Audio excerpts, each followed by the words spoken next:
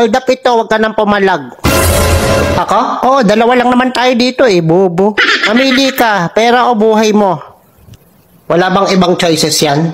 Ano to, exam, multiple choices? Ay, sarap sa kalin. Yung buhay ko, binigay ko na sa asawa ko. Yung pera ko, kinuha na rin niya. Hold upper ka ba o nang-aasar? Wala ganun? Hindi ka binibigyan ng pera? Nang-aasar ka yata eh. Oh, sorry na. Hindi ko naman alam eh. Pagod ako. Galing ako overtime oh. Pag sahod ko, wala ako nakukuha. Tapos, wala ganun. Kahit pamasahe. Ha? Pag mag-hold up ka, huwag ka na mag-asar. Grabe naman affected mo. Saka ako hold up mo, yung walang asawa, walang pamilya, ganun. Ano yun? Tatanungin ko muna kung may asawa o wala. May issue yan. O ito. May iyak ka na eh.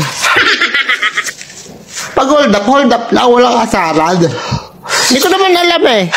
Ang iinis ka eh. Sige, sa susunod tatanungin ko kasi. Nabubuli ka pa eh. Nag-hold up ka na, nabubuli ka pa. Hindi ko nga sadya, hindi ko alam. Dalawang kaso yan. Wala, ganun ba yun? Bullying and hold upping. Uy, totoo yun? Meron yata nun.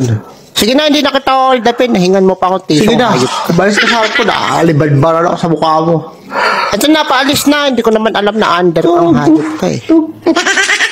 Ang lakas mo, asahan.